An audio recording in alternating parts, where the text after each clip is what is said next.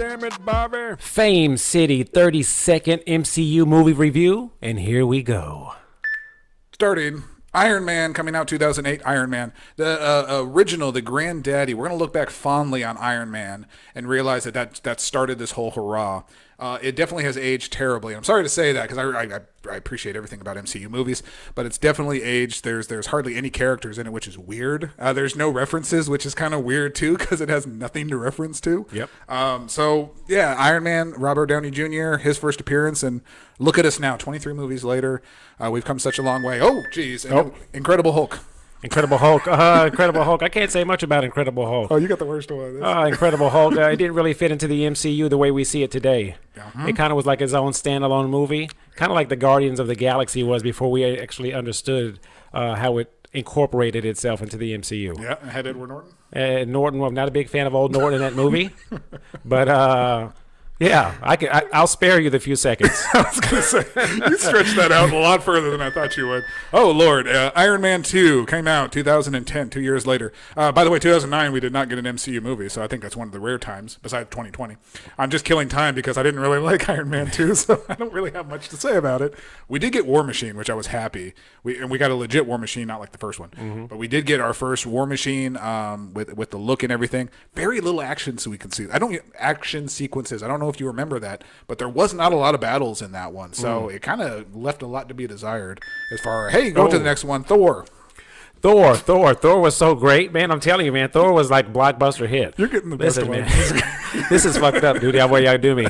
Thor was good. It was an introduction movie. Mm-hmm. I wouldn't necessarily say it was an origins movie because we already kind of knew he was an adult by now. Yeah. And it introduced us to Loki, Odin, the Frost Giants, Hawkeye. Thank you. The Hawk. And also, who else did we get in there? We got Nick Fury. Yeah, well, we got hey, been in there before. Well, you know what I mean. Moving on to Captain America, the First Avenger. Actually, you know what? The very first time I saw the trailer for this was a Super Bowl trailer. I don't know who was playing, but it was a Super Bowl trailer, and it was a big deal because I think this is when the first time they started putting everything together and building up towards the Avengers. So now we got a lot more references. It was our first appearance from Peggy Carter. Mwah. Reference our other video, Hottest MC Chicks, Haley Atwell, we love you. Yes. And she was probably the best thing about that movie because it was meh at best. Oh, yeah. The Avengers. Oh, The Avengers. Thank you for this one right here, guys. Finally got you. The Avengers. The Avengers was probably one of the most amazing movies. This is the first time we actually get to see each character, Hawkeye, Natasha Romanoff, the Hulk, Thor, and Iron Man all together, guys, fighting. And they're fighting the Chitauri. It's Captain America in New York, 2012, kicking ass and taking names, guys. That's what we do. Fame City Podcast. Yes. Podcast. And there we go. Okay. Iron Man 3. Iron Man 3 was a big deal. That was right after the Avengers totally killed it at the box office, made $1 gajillion. Iron Man 3, kind of a weird movie. It was a Christmas movie because obviously it was directed by Shane Black. He always does Christmas movies. And it was weird, the circumstances in this movie. We literally have the vice president that is in danger, and there's suddenly no Avengers, and it's just up to Iron Man, which I always thought was very weird. They had to make it its own standalone movie, but put it in a place where you couldn't, we're done. Thor, the Dark World. Oh, God, Lord. Thor Dark World, probably one of the most least liked movies in the MCU. Most least, really? Yes. So it's just right above Eternals. So it's still in the dumpster. It's just on the top of the dumpster. Be patient. We're going to get there. It introduced us to the Dark Elves. Ooh. We got Jane Foster returning. She gets hit with the ether, which is not a stone. It's more like a sludge, so somebody needs to amend to that.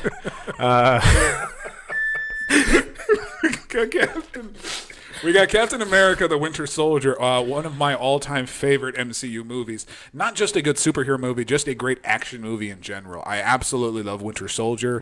The appearance of Winter Soldier was excellent. They've done such a great job with his character and making him come as far as he has. And this made Captain America not such the nerdy Star-Spangled guy, but made him a total badass. Especially, I love his blue outfit, by the way. One of his first original blue outfits early on in the movie. He wears it for the majority of the movie. And it's excellent. Guardians of the Galaxy. Guardians of the Galaxy, guys. Nobody knew who Guardians of the Galaxy was prior to the movie coming out. And you're lying if you do. Yes. Who is this green guy with tree limbs growing out of him and this damn rodent talking, right? So we got the movie. We thought it was a one-alone movie, right? Yes. It's a Marvel movie. It is. We can't put it with the MCU, but we can because there was an Infinity Stone involved, which links the whole damn movie to every other movie that came out. Shout out to James Gunn. Great job. Yeah, Thor's first.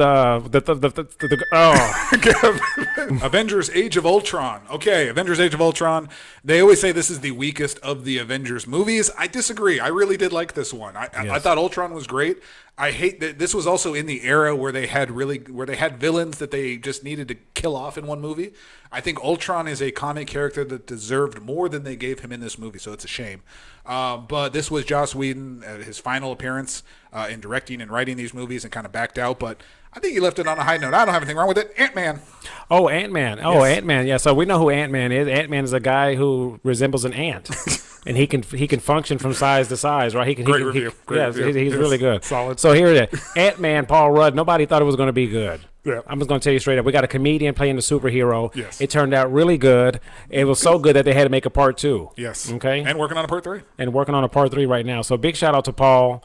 And he was named the most sexiest man alive 2022. Just beat out by me. Captain America Civil War. This was a big deal when this came out. This was huge. And this was at the time also where they were in the midst of negotiation, as War spills his drink, the midst of negotiation getting Spider-Man into the MCU. And this was the first accomplishment to do that. His appearance was absolutely welcomed. He did a great job. A lot more Hawkeye in this movie. Oh, God. And the storyline of Civil War is way bigger than they could have done in one movie, but they did the best they could. So way to go, Marvel. You did the best Civil War you could. Doctor Strange. Doctor Strange. Critically acclaimed, guys. Critically acclaimed. I guess. Okay, so Doctor Strange comes out. We find out who he is prior. Yes. We find out what happens to him, and we find out how he gets his powers, right? Then we find out about who. What's the evil guy name on it? Dormammu. Excuse me, guys. I got a list. Speech impediment. It may be that. But anyways, we get to see a little bit. We find out about the Time Stone. Yes. And about that Time Stone, we'll get it another time. Guardians of the Galaxy Volume 2. One of my kids' favorite movies. Just throwing that out there. Expanded more on the Guardians of the Galaxy universe. We still introduced the same characters we know and love. We got to see Peter Quill's dad, who's played by Ego, the Living Planet. I'm wasting time trying to even think of his name. Went all over the place. It was less focused on the whole MCU as a whole, but still accomplished what it needed to do. Still had James Gunn's style. And SpiderMan Homecoming. SpiderMan Homecoming. This is Spider-Man's first introduction into the MCU, which is absolutely amazing. Welcome, Tom Holland. Appreciate you. Oh, amazing. I see what you did there. Oh, yeah. You love that, don't you? And this is the first time we get a shot at Vulture. We see Vulture. We got Scorpion in there, right? And not Scorpion from Mortal Kombat, guys. Get over here, okay? I'm bringing your ass over here. Let me tell you something, man. This turned out to be a good movie. Guess who makes an appearance? Iron Man makes an appearance. Why we got a Stark appearance? Right? This is a rhetorical question. Don't answer that. Sorry. Thor Ragnarok. Oh God, I really actually like Thor Ragnarok. I don't know how you ever felt about that, but it's one of my favorites. It definitely turned Thor into this strong, intimidating character, but also one of the most hilarious characters in the MCU. I think the humor was spot on with it. Taika Waititi also bringing Korg in there, one of the greatest new characters ever added to the MCU, one of my personal favorites. We get to see Valkyrie, which we keep getting told that we're going to see a lot more of her, but we've really only seen her twice. So looking forward to more Valkyrie. And thank God, Black Panther. We got talking about Black Panther. Black Panther, guys. When Black Panther, we got Black Panther first in Civil War, right? That's our first shot that we got at Black Panther, T'Challa. So we got him at his own movie, finally. It was shot in Wakanda, which is a fictional country, guys. People out there think it's a real country. It was a great movie, great scenes, great actors. They did really good job picking the actors, and great antagonists. Michael B. Jordan, appreciate you. Avengers Infinity War, Worth's all-time favorite movie, favorite MCU movie, I should say. Extremely underrated since Endgame came in and absolutely squashed it. Most people don't even think about Infinity War, but the first full-time appearance of Thanos, the quest that he went on, the gathering in Wakanda, the two different stories going along, the horrible emotional snap at the end, which still brings tears to my eyes. It's so hard to watch. Absolutely absolutely one of the greatest MCU movies of all time, if not the best. Ant-Man and the Wasp. Ant-Man and the Wasp. Guys, you know what happens in Infinity War when Thanos snapped, right? Everybody dies. Okay, so listen. half the population, you know what I mean, damn it. Well, let me tell you, on Wakanda, it looked like everybody was dying. They were dusting away really fast. Cap. So check this out. Ant-Man 2, right? Yes. He goes into the quantum realm. They forget about his ass. Actually, they didn't forget about him. They got dusted away. So he gets stuck in there for 5 hours, which turns out to be 5 years in real life. Boom. Done. We got Captain Marvel. We actually saw Captain Marvel in the theater. That was right around the huge hype, because in between Infinity War and Endgame, those movies are coming out. They tried to be standalones, but they had to give us a taste of future. So introduction of Captain Marvel really tied it to an Infinity Stone. Brought in the Kree Empire, brought in all the impersonators. That's going to lead into a Secret Invasion coming to Disney Plus. There's a lot of more lore and characters with that. Thank God, that's all I had to say. Endgame, guys. Listen, the Avengers are back, guys. Okay, what's left of the Avengers are back. Right, we find Thor. He looks like melted ice cream. You feel me? This is the first time we see Hulk actually. Smart Hulk here, right? So, and Valkyrie doesn't like that. She likes him either other way, you know what I mean? So she said that. She let that be known, you feel me? What a great movie, man. I'm glad that they got together. It's very sad. Tony Stark dies. R.I.P. Spider-Man Far From Home, picking up where Tony Stark has died, and now we have Peter trying to cope with basically the father figure, the mentor that he was, taking this wonderful trip to Italy? Venice. Was it Venice? Okay.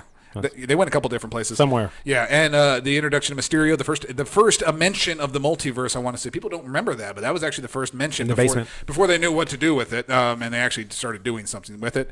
And it picks up right at the newest Spider-Man, and that's it. Black Widow. We are now in Phase 4, by the way. Oh, Black Widow. See, the Black Widow was not as exciting as we thought it would be, because we already know she's dead, right? But we get to see her prior to her joining the Avengers, her becoming the Black Widow, her origin story, where she came from. Her parents are not really her parents. That's okay, though, because they still love her. Or do they? Who knows? So what had happened was she ended up getting adopted, thrown away. Something happened, right? Yeah, something happened bad. Well, anyway, she came back. Scarlett Johansson still fine as hell. Taskmaster, we love you. Shang-Chi and the Legend of the Ten Rings, one of my favorite, more recent MCU movies. Talk about an MCU movie that is done where it does not have to be intertwined with all the other movies and can make a solid standalone. Shang-Chi is great. I want to see where his insertion, that's not a word, into the MCU. I want to see him start interacting with other people. The bus sequence, that is one of my favorite fight sequences of all time. It's done so well. Small shot, very great. The lore that comes with it, all the characters, fantastic. Eternals. What can I say about it? Probably one of the trashiest movies that ever came out in the world. Anytime you wipe your ass with toilet paper and you throw it down the toilet, or you throw it in the trash can next to you, that's Eternals right there, guys. You've eaten shit. Okay, that movie was terrible. It was a dumpster fire. They took the time to make that movie, which they took our time and wasted it to go watch it. Absolutely. Okay, $20 a ticket, man. That's over. That's bullshit. Garbage. I'm so sad you got Eternals. I wanted Eternals, but I got Spider-Man No Way Home, the greatest Spider-Man movie of all time, damn near the greatest MCU movie. Absolutely blow away our expectations. Cameos by Daredevil. We got obviously the appearance of the remaining Spider-Man, which they did a horrible job trying to keep a secret, and will go down as one of the greatest MCU movies, the peak pinnacle of MCU Spider-Man movies. I wish Stan Lee was still alive for this, because he would have absolutely loved what they did with his character. Great job, everybody. John Watts. Shout out to John Watts. And we are done with the wrap-up of the MCU 30-second review brought to you, Fame City Podcast, Worth HTX, and PS Rocket.